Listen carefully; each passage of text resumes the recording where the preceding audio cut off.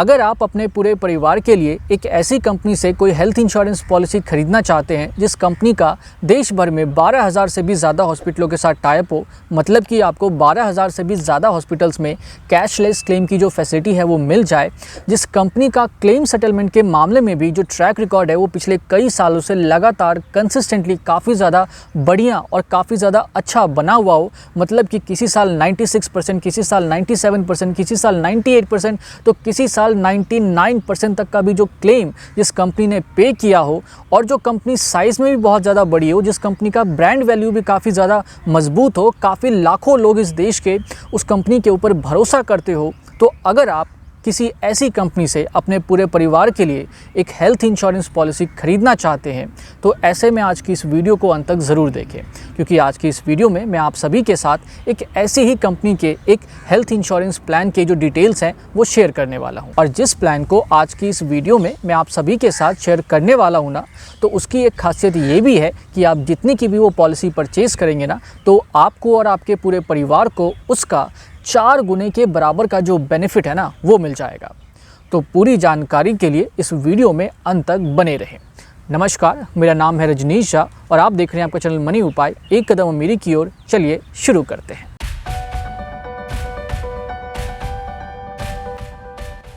तो सबसे पहले ये जान लेते हैं कि आज की इस वीडियो में हम किस पॉलिसी को डिस्कस करने वाले हैं। तो देखिए, आज की इस वीडियो में हम जिस पॉलिसी को डिस्कस करने वाले हैं वो है HDFC अर्गो की ऑप्टिमा सिक्योर पॉलिसी। आज की इस वीडियो में आपको इस पॉलिसी की A to Z जितनी भी महत्वपूर्ण जानकारियां हैं वो सभी जानने को मिल जाएंगी, तो आप बस इस वीडियो में अंत तक बने रहें। तो आज की इस वीडियो में हम किस पॉलिसी को डिस्कस करने वाले हैं ये तो आप जान गए।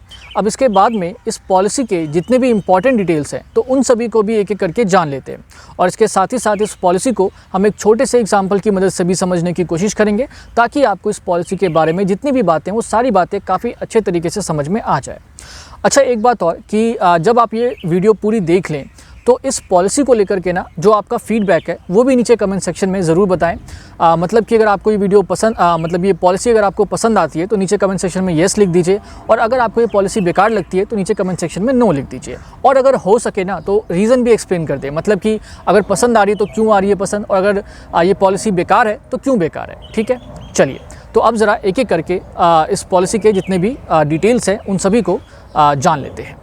तो देखिए, सबसे पहले इस पॉलिसी के जो 3 मेन बड़े और फेमस बेनिफिट्स हैं, जिनके नाम है सिक्योर बेनिफिट, रीस्टोर बेनिफिट और प्लस बेनिफिट। तो सबसे पहले ना हम इन तीनों को ही डिस्कस करेंगे, क्योंकि अगर आप इन तीनों को अच्छे से समझ गए ना तो आपको इस पॉलिसी का जो भी मेन हिसाब किताब है वो सब कुछ काफ़ी अच्छे से क्लियर हो जाएगा।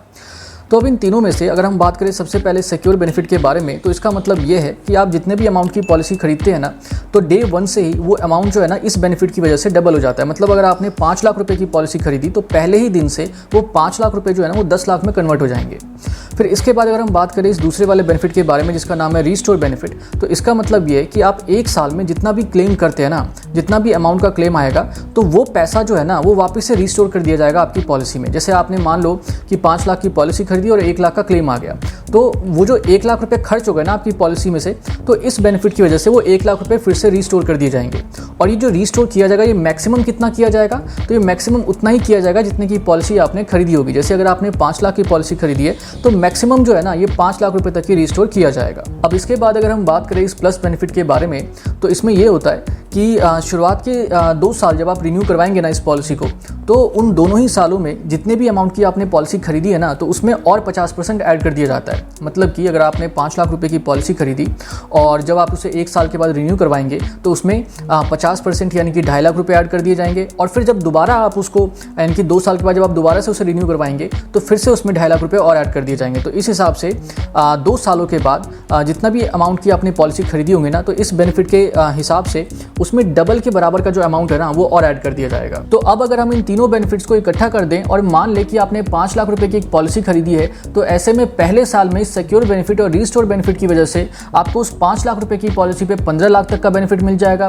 दूसरे साल में इस प्लस बेनिफिट की वजह से उस 15 लाख में और 2.5 लाख रुपए ऐड हो जाएंगे, तो अमाउंट बन जाएगा 17.5 लाख रुपए का। और तीसरे साल में फिर से इस प्लस बेनिफिट की वजह से उसमें और 2.5 लाख रुपए ऐड हो जाएंगे, तो जो 17.5 लाख का अमाउंट है वो बन जाएगा 20 लाख रुपए का। तो ऐसे में 3 साल के अंदर अंदर आपका आपका जो 5 लाख रुपए का पॉलिसी है ना, वो सीधा 20 लाख रुपए के बराबर की पॉलिसी में कन्वर्ट हो जाएगा और आपको जो प्रीमियम पे करना है वो तो वही 5 लाख रुपए की पॉलिसी के बराबर का प्रीमियम पे करना है। तो मैं उम्मीद करता हूँ कि आप सभी इन तीनों बेनिफिट्स को काफ़ी अच्छे से समझ गए होंगे। चलिए अब आगे बढ़ते हैं और अब बात करेंगे उन खर्चों के बारे में जिनको इस पॉलिसी में शामिल किया गया, मतलब कि वो खर्चे जिनका क्लेम आपको इस पॉलिसी में मिल जाएगा। तो देखिए, सबसे पहले जितने भी तरह के हॉस्पिटलाइजेशन एक्सपेंसेस होते हैं तो उन सभी को इस पॉलिसी में शामिल कर लिया गया है। मतलब कि अगर आपको 24 घंटे से ज़्यादा हॉस्पिटलाइज होना पड़ता है तो जितने भी तरह के खर्चे आएंगे वो सारे इस पॉलिसी में कवर्ड हैं। फिर उसके बाद अगर 24 घंटे से कम में ही आपका काम हो जाता है तो वो भी खर्चे इसमें शामिल है।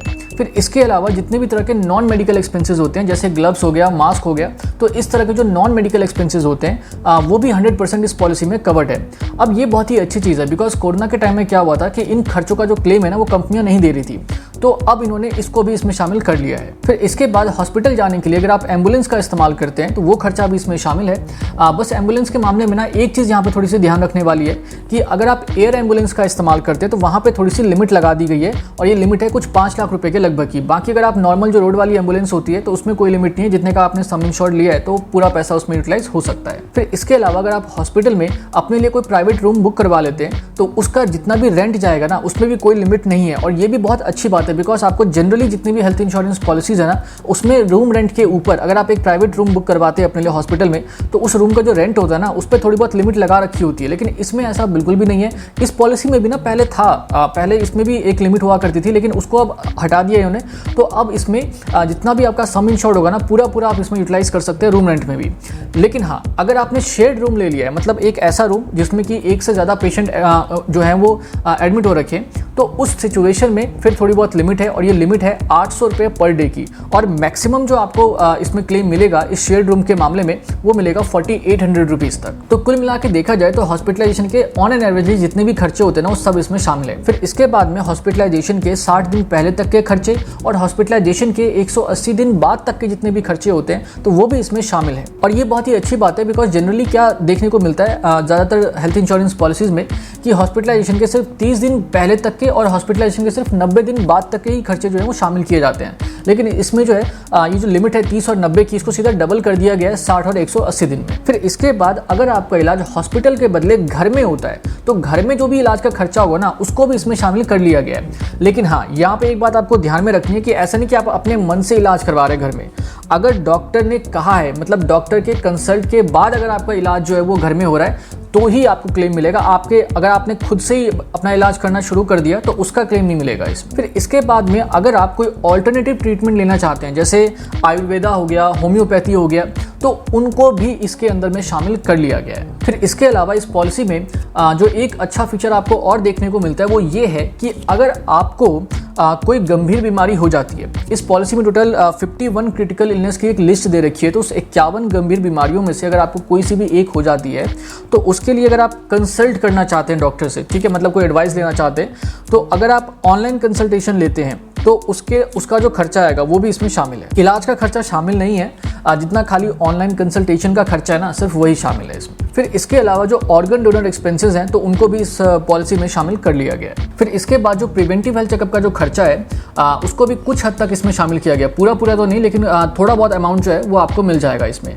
कितना अमाउंट आपको मिल सकता है वो इस वक्त आप अपने स्क्रीन पे देख रहे होंगे, तो आप आराम से इस वीडियो को पॉज करके पढ़ सकते हैं। फिर इसके बाद इस पॉलिसी में आपको कई तरह के एड ऑन कवर्स भी देखने को मिल जाते हैं, जैसे क्रिटिकल इलनेस का कवर है, अनलिमिटेड रीस्टोर बेनिफिट वाला कवर है, फिर उसके अलावा हेल्थ हॉस्पिटल कैश बेनिफिट वाला एड ऑन कवर है। तो इन तीन में से जो भी कवर आपको ठीक लगता है, अगर आप चाहें तो थोड़ा बहुत एक्स्ट्रा पैसा पे करके इनको भी इसमें ऐड करवा सकते हैं। मैं यहाँ पे ये कहूँगा कि अगर आपको ऐड करवाना हो ना तो ये जो क्रिटिकल इलनेस वाला कवर है इसको आप ऐड करवा लें। अगर आप इसको ऐड करवा लेंगे तो समझ लीजिए कि एक ही पॉलिसी में ना आपका सारा काम हो जाएगा, आपको कोई अलग से कोई पॉलिसी कभी भी खरीदने की जरूरत ही नहीं पड़ेगी। अब इसके बाद अगर हम बात करें वेटिंग पीरियड के बारे में, तो जो शुरुआत के 30 दिन होंगे ना पॉलिसी खरीदने के, तो उसमें तो आपको कोई भी क्लेम नहीं मिलेगा। मतलब अगर आप उसमें बीमार हो जाते हैं, आप हॉस्पिटल वगैरह में एडमिट हो जाते हैं, तो उसमें आपको एक भी रुपये का क्लेम नहीं मिलेगा।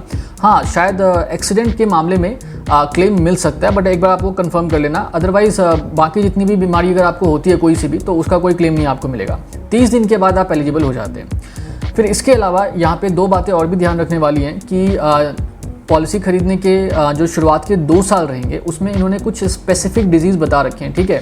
तो उसकी जो लिस्ट है वो आपको पॉलिसी की जो वर्डिंग्स वगैरह है उसमें मिल जाएगी देखने के लिए। मैं शेयर कर दूंगा नीचे में लिंक, उसमें आप क्लिक करके उसको डाउनलोड वगैरह करके पढ़ सकते हैं। तो कुछ ऐसी स्पेसिफिक डिजीज़ हैं, कुछ ऐसे स्पेसिफिक इन्होंने बीमारियों के नाम लिखे हुए हैं कि अगर उनका इलाज का खर्चा अगर आप इलाज करवाते हैं तो उनके खर्चे को ना शुरुआत के 2 साल तक कवर नहीं किया जाएगा इस पॉलिसी में। 2 साल के बाद फिर उनको भी कवर कर लिया जाएगा।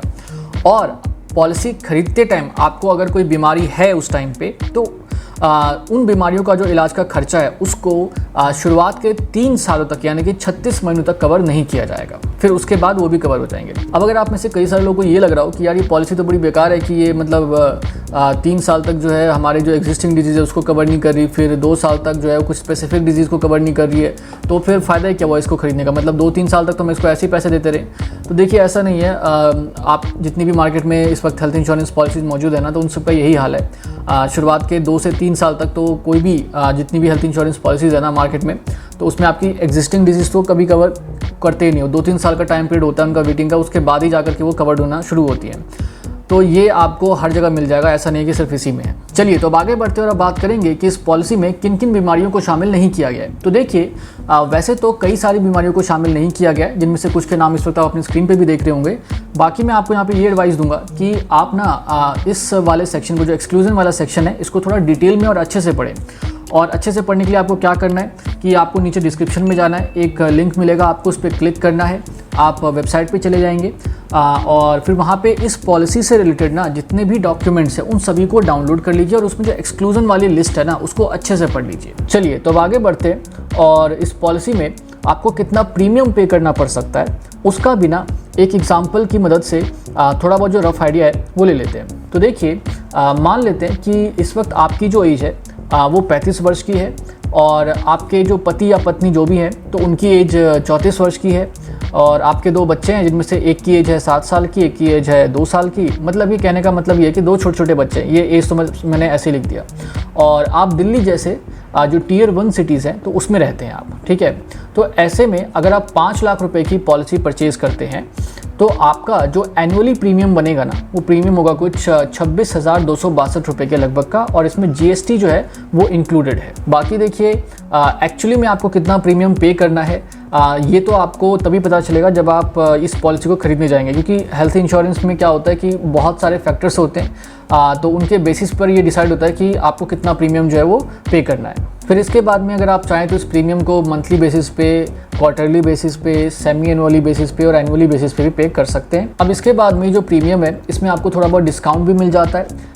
मतलब कि अगर आप 2 साल का प्रीमियम एक साथ पे कर देते हैं तो आपको 7.5% का डिस्काउंट मिल जाएगा। अगर आप 3 साल का प्रीमियम एक साथ पे कर देते हैं तो आपको 10% का डिस्काउंट मिल जाएगा। अगर आप ऑनलाइन पे करते हैं तो आपको थोड़ा डिस्काउंट मिल जाता है, ऑफलाइन में नहीं मिलेगा फिर। और फिर उसके बाद में अगर आप थोड़ा बहुत पैसा क्लेम के टाइम पे करने के लिए तैयार हो जाते हैं, जैसे 25,000, 50,000, 1 लाख, तो उसमें आपको थोड़ा और डिस्काउंट मिल जाता है। लेकिन ना यहाँ पर अगर आप मेरी एडवाइस माने तो आप इनमें से एक भी तरीके को ना अपनाएं, ठीक है। सिंपल सा रखें इसको, मतलब कि जितना भी इसका साल भर का बनता है बस हर साल इसको रिन्यू करवाते चले जाए। अगर आपको ठीक लगता है तो डिस्काउंट वगैरह के चक्कर में ना पड़े, क्योंकि अल्टीमेटली उसमें आपका नुकसान ही हो जाएगा। चलिए तो अब हमने ऑलमोस्ट इस पॉलिसी के बारे में जितनी भी बातें हैं वो सारी डिस्कस कर ली है। अब बस इसका एक ये एलिजिबिलिटी क्राइटेरिया बच गया और एक आध और छोटी छोटी बातें हैं जो डिस्कस करने के लिए रह गई हैं, तो बस उनको देख लेते हैं। तो देखिए अगर मैं बात करूँ इसके एलिजिबिलिटी क्राइटेरिया के बारे में तो कोई खास ऐसा नहीं है कि मतलब हर कोई खरीद सकता है, कोई प्रॉब्लम नहीं है। अगर आपकी एज 18 से लेकर के 65 साल के बीच में है तो आप आराम से इस पॉलिसी को परचेज़ कर सकते हैं। उसके अलावा अगर आप अपने बच्चों को इसमें ऐड करना चाहते हैं तो बच्चों की जो एज है वो 91 से लेकर के 25 ईयर्स तक की 91 डेज़ से लेकर के 25 ईयर्स तक की होनी चाहिए। उससे ज़्यादा उम्र के बच्चे तो उनको आप इसमें ऐड नहीं कर सकते, फिर उनको अपना अलग से खरीदना पड़ेगा। फिर इसके अलावा इस पॉलिसी को आप चाहें तो इंडिविजुअल बेसिस पे भी ले सकते हैं और अगर आप चाहें तो अपने पूरे परिवार के लिए भी खरीद सकते हैं। फिर इसके बाद में इस पॉलिसी का जो मिनिमम सम इंश्योर्ड है वो है 5 लाख रुपए का और जो मैक्सिमम है वो है 2 करोड़ रुपए का। फिर आपको अंडर सेक्शन 80D के तहत इसमें जो टैक्स बेनिफिट है वो भी मिल जाता है और आप अगर चाहें तो इस पॉलिसी को लाइफ टाइम जो है वो रिन्यू करवा सकते हैं। इसमें लाइफ लॉन्ग रिन्यूअल का जो ऑप्शन है वो आपको मिल जाता है। बाकी अगर आप ज़्यादा डिटेल में पढ़ना चाहते हैं तो स्क्रीन पर आपको कुछ जानकारियाँ दिख रही होंगी, आप आराम से इस वीडियो को पॉज करके इन्हें पढ़ सकते हैं। तो ये थी एक छोटी सी जानकारी HDFC अर्गो की ऑप्टिमा सिक्योर पॉलिसी के बारे में। तो अब हमने इस वीडियो में इस पॉलिसी के बारे में जितनी भी मेन बातें हैं उन सभी को लगभग कवर कर लिया है और मैं उम्मीद करता हूँ कि आपको वो सारी बातें काफ़ी अच्छे से समझ में भी आ गई होंगी। तो अब बस एक छोटी सी बात और डिस्कस करने के लिए रह गई है और उसके बाद ना ये वीडियो यहीं पे समाप्त हो जाएगी। बात ये है कि क्या आपको ये पॉलिसी ख़रीदनी चाहिए, क्या ये पॉलिसी आपके लिए फ़ायदेमंद है। तो देखिए, आपको ये पॉलिसी ख़रीदनी है या नहीं ख़रीदनी है, ये आपका फ़ैसला है। मैं बस यहाँ पे यही कहूँगा कि कंपनी में कोई प्रॉब्लम नहीं है, पॉलिसी भी ठीक ठाक है, उसमें भी कोई प्रॉब्लम नहीं है। खाली हाँ, इसका प्रीमियम थोड़ा सा महंगा मेरे को ज़रूर लगा, लेकिन जिस हिसाब से कंपनी की ब्रांड वैल्यू है, जिस हिसाब से आपको इस पॉलिसी में फीचर्स देखने को मिल रहे हैं, तो उस हिसाब से अगर मैं देखूं तो इसका जो प्रीमियम का अमाउंट है वो उतना ज़्यादा महंगा नहीं है। और देखिए, ऐसा भी नहीं है कि सिर्फ यही कंपनी खाली इतना महंगा प्रीमियम जो है वो आपसे चार्ज कर रही है। SBI में भी आपको सेम सम इंश्योर्ड, यानी कि अगर जैसे 5 लाख रुपए की पॉलिसी को हमने इस वीडियो में डिस्कस किया, तो उतने का ही अगर आप SBI में भी एक आध पॉलिसी आपको देखने को मिल जाएगी, जिसमें आपको जो प्रीमियम का अमाउंट है वो आपको इसके बराबर या इससे थोड़ा ज़्यादा ही देखने को मिले। फिर टाटा AIG में भी आपको देखने को मिल जाएगा। तो कहने का मतलब ये है कि ऐसा नहीं है कि ये मार्केट में सबसे महंगा हेल्थ इंश्योरेंस प्लान है। इस तरह के हेल्थ इंश्योरेंस प्लान इतने प्रीमियम अमाउंट पे आपको मार्केट में जो है ना वो कई सारे देखने को मिल जाते। तो आपको अगर ख़रीदना हो तो आप ख़रीद सकते हैं। बाकी मैं ये नहीं कह रहा यहाँ पे कि यही दुनिया की सबसे अच्छी हेल्थ इंश्योरेंस पॉलिसी है। उसके लिए तो हमें एक डिटेल कंपैरिजन करना होगा और उसके बाद ही हम किसी निर्णय पे पहुँच पाएंगे कि कौन सी पॉलिसी इस देश की सबसे बढ़िया हेल्थ इंश्योरेंस पॉलिसी है। चलिए, तो बस अब इस वीडियो में इतना ही।